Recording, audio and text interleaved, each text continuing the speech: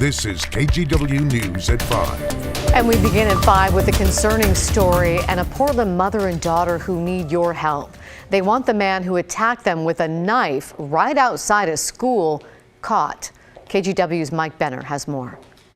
It just feels so wrong. Bobby Ishikawa is still in disbelief over what happened to her and her daughter early Wednesday morning. I just hate the fact that my daughter experienced this. It's just so not fair. Bobby was on a bike. Yeah. Her daughter on a scooter. The two were on their way to North Portland's Sitton Elementary School, where Bobby's daughter waits for a bus to take her to a Japanese immersion school across town. The pair notice a man on a bike is following them. He approaches them once they're sitting outside the school. He mumbled something and I said, "What?" And he asked me if I understand English. And I said, "Yes." Bobby says the man kept mumbling and inching closer to her and her daughter. That's when she sees that he's carrying a large kitchen knife. The two make a run for it. As we were just running away from him, something hit my back right here, and I heard something dropped, and I looked back, and there was like a kitchen knife. So he threw the knife at me. So, he tried, actually tried. As Bobby and her daughter banged on the school doors to get somebody's attention. Both tires are completely flat. Bobby says the man picked up the knife This side. and started slashing the tires on her bike. Oh, here, the puncture part. Then he took off. Right here. Very, very traumatizing. I feel very emotionally exhausted. Bobby is grateful to the Sitton school staffer who let her and her daughter into the building to escape their attacker. It could have been worse. Glad he wasn't having a gun in hand. Also, no cut, no injury. As relieved as Bobby is, she's just as worried that the man who attacked her and her daughter could do it again. She's hoping police catch the guy. Very much so. I mean, he walked away with a knife. He's still out there. I mean, he threw a knife at a mom and daughter. Staff here at Sitton Elementary School tell me since the attack happened outside the school, they felt it was necessary to notify parents. In the meantime, Bobby says the man who came after her and her daughter was wearing a dirty surgical mask, acid-wash jeans, a black hooded jacket, and he had a blue flashlight wrapped around his waist. Anyone with information about the case should contact the Portland Police Bureau. Reporting in North Portland, I'm Mike Benner for KGW News. And Portland police are investigating a shooting in the Buckman neighborhood. It happened around 1 o'clock today by Southeast 10th and Stark Street. Police say the victim has life-threatening injuries. Officers haven't found a suspect yet or released details surrounding the shooting. A private security guard has been arrested in the shooting of a man in a Lowe's parking lot. 28-year-old Logan Gimble is accused of killing 49-year-old Freddie Nelson. The shooting happened back in May at the Lowe's near Delta Park in North Portland. It's unclear what led up to the shooting, but court documents indicate there was a personal dispute between Nelson and the owners of the land where Lowe's is located. A civil lawsuit filed by Nelson's wife alleges the security guards were told to be on the lookout for Nelson and to follow and intimidate him. You can find a more in-depth write-up on KGW.com. In eastern Oregon, the search is on for whoever poisoned an entire pack of wolves. State wildlife officials say they've never seen a case like it, and there are up to $26,000 in rewards available for information leading to a conviction. Keely Chalmers explains. This all started back in the beginning of the year when 5 wolves, all from the same pack, were found dead in eastern Oregon. Soon after, 3 more wolves were killed. And now Oregon wildlife officials want your help to find who's responsible. In what Oregon State Police call a first in this state, all 5 members of a wolf pack were killed by poison.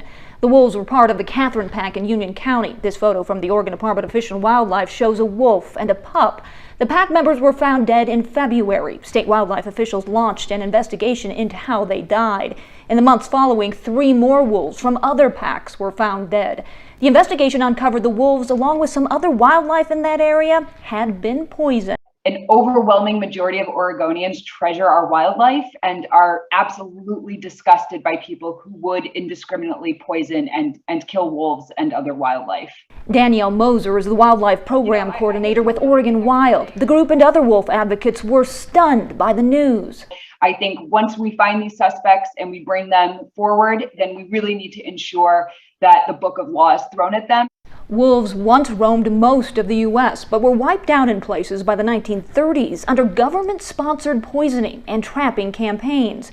Currently, Oregon has only about 170 wolves. When you talk about poaching 8 individuals out of 170, it's a huge percentage of that species population.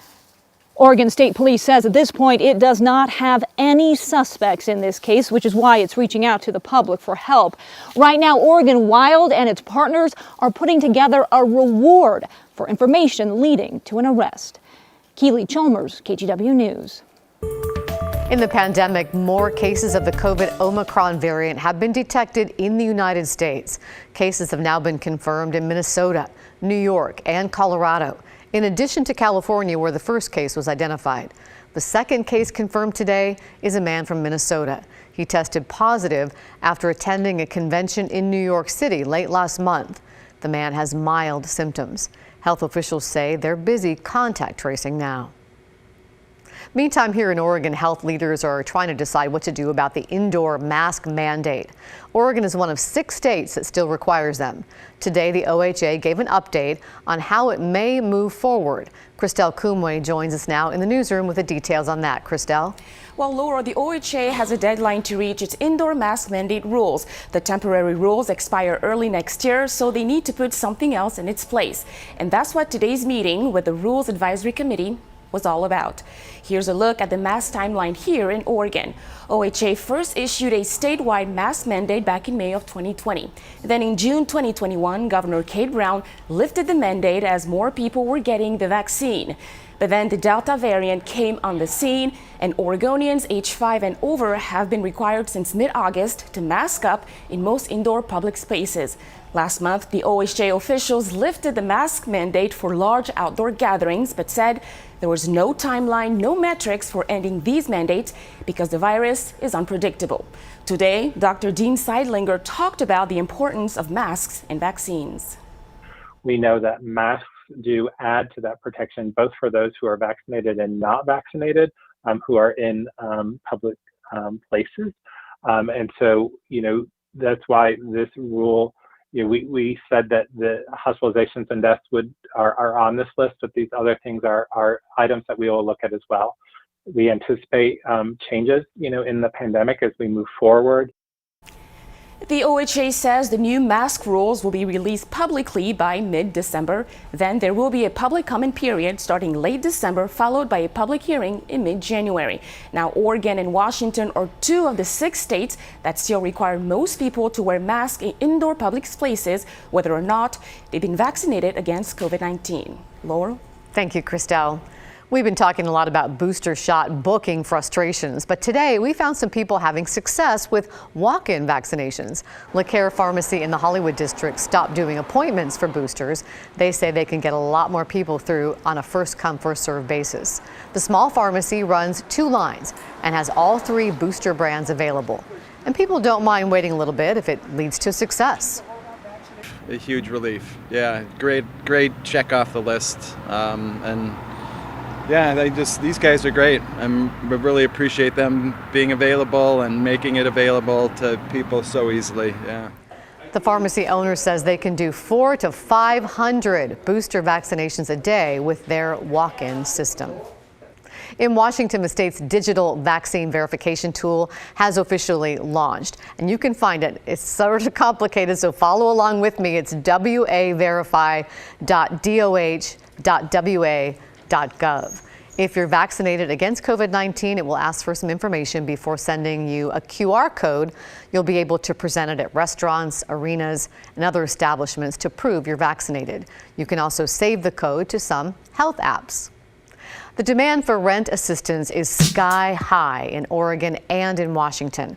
Maggie Vespa's here now with more on this. And Maggie, people have been asking you and your team a lot about this. Laurel, yeah, that's what we do. And a lot of viewers have written in asking why both states basically can't get rent assistance out the door faster, and also why people are still applying for that assistance. They want to know this far into the pandemic. So officials with Clark County say there's clearly no one answer. Some people lost jobs later in the pandemic. Some kept jobs, but the pandemic created issues with childcare, which drained their finances, and those have just run out recently.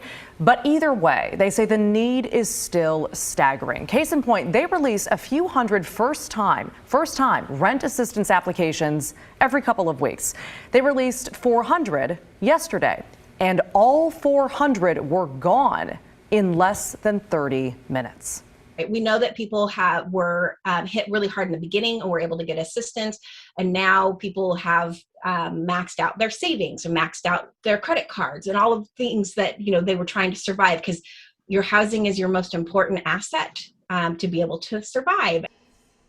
So, of course, we know Oregon Governor Kate Brown is calling for a special session later this month to enact more eviction protections and allocate more money to rent assistance. She's hoping for about $80 million from the state and then more from the feds as well. And she says she's doing that because Oregon is almost out of federal rent assistance aid. So coming up at 6 on The Story, we'll dive into Washington's side of this coin now and how much federal aid they have left on hand. Thank you, Maggie. We'll see you at 6 o'clock. Sure.